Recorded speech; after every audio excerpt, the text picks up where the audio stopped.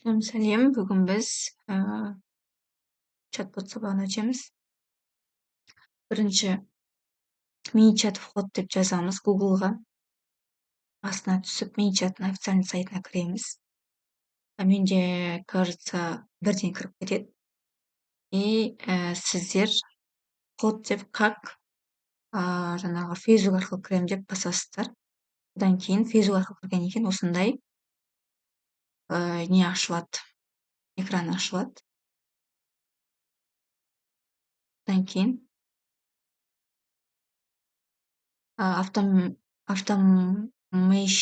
automation деген кіресіздер.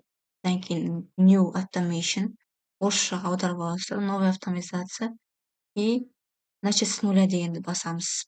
Мына жерде это место дегенді басамыз. Енді new trigger дейді. Мына жерге комментарий қарайсыздар, иә? Бізге енді көбінесе қазіргі уақытта рилстың астына жазылған комментарийға ответ и потом тегін сабақ, иә? Подписка тексеру арқылы жасалынатын, иә? Соны жасаймыз. Бірінші осыны басамыз. Мына жерден қайсы деген таңдап аламыз. Мысалы, мына жерде байлық, иә? Байлықты басамыз. Байлықты басамыз. Байлық деп тұр, иә? Все после ролики демейміз. Мына жерде оны баспаймыз. Тура мен жасағанды қайта қоясыз. Мына жерде неография ма? Неографика дегенді басамыз. Продолжить. Ключевое слово. Бір көріп алайын. Несі не айтты екен?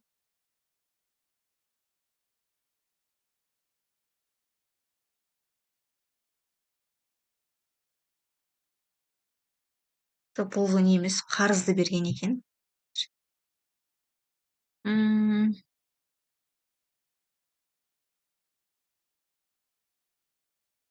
Қарайсыздар, наверное, қарыз деп нететін.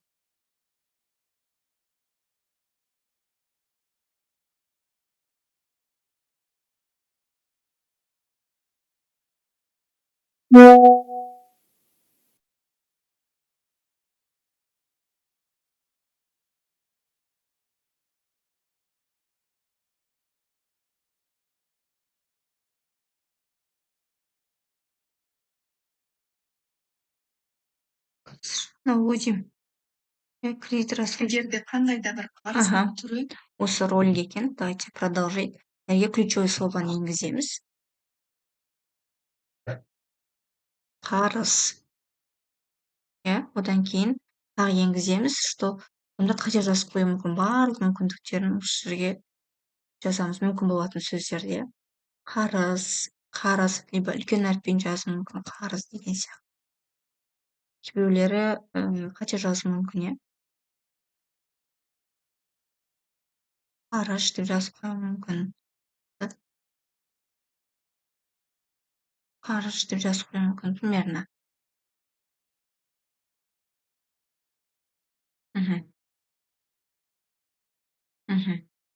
Продолжить. Одан кейін астына комментарий кетеді, иә? Осы қарыз деп жазғаннан кейін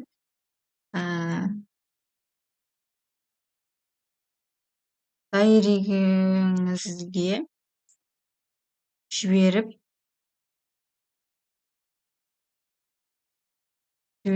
қойдым деген сияқты қылып жазсаңыздар болады. Үшеуіне де соны енгізе саласыздар.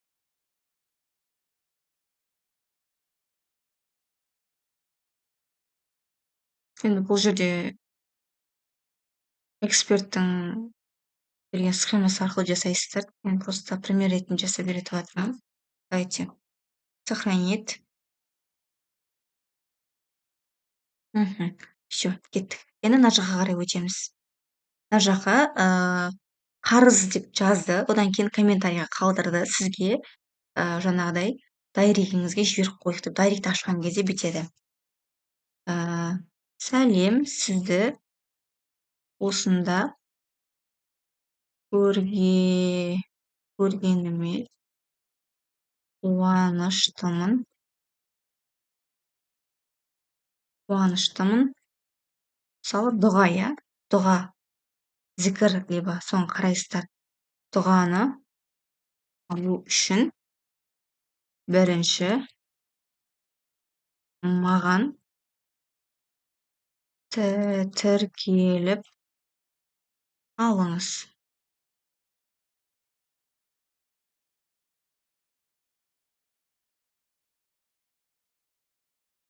Кнопка, иә. Енді состояние деп тереміз кнопканы. Не үшін? Потому что біз қазір подписать еттім, етпедім ме, соны тексеруіміз керек болады. Тіркелдім тұрады. И мына состояниеге басамыз да. Состояние дегенді басып, мына жерде подписывается на ваш аккаунт Instagram, соны тексереді. Міне. Яғни, мына жерге істейміз Instagram. Сіз, мысалы, тіркелген болса, тексереді өзі. Жүйе өзі арнайы автоматты тексереді. Сіз сәтті тіркелдіңіз.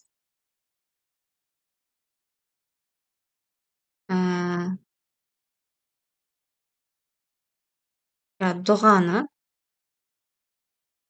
алыңыз деп астынандай строка қойып қойсақ болады. Дұғаны алыңыз деп тістер жасақ болады. Жаңағыдай өзіңіздің керегіңізге жаратыңыз деген сияқты. Типа. Одан кейін new button дегенге кеп открыть веб-сайт дейсің, неге ссылка кеп қойасыздар. Ссылканы біз жасамай жатыр. Бізде ссылканы жаңағыдай Google диск арқылы жасайсыздар. Пока бүйтіп қоя салайын. Сделаны деп.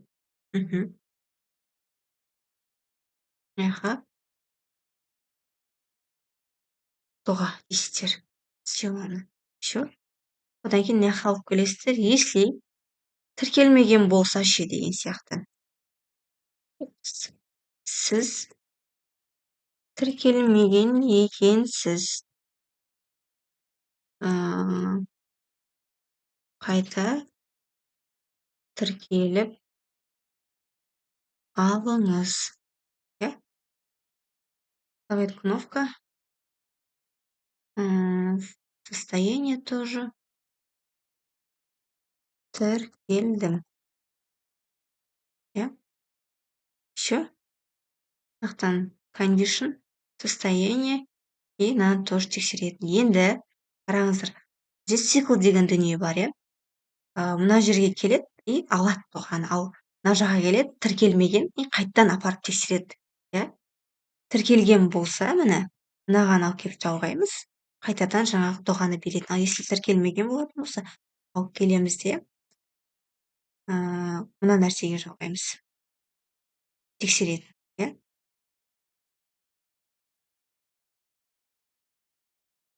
Енді сделай жизнь деген басасыздар. Все. Бізде жасап тұр. Мынаны қарайсыздар. Міне, тіркелдім. Мына жерде, мысалы, услуга келмеді. Қайтадан тіркелдімге. Қайтадан мына подписывайтесь деген басамыз. Яғни тіркелдім дегенді дұғаны басқан кезде бізде услуга тұру керек. Все. Осылай жасай бересіздер. Міне. Жасаған жаңағы дұға деп аталатын чат-ботымыз осы. Тура солай новая автоматизация деп басып, с нуля деп, пусто место деп, ойын жасай бересіздер. Бұның қатты қиыншылығы жоқ.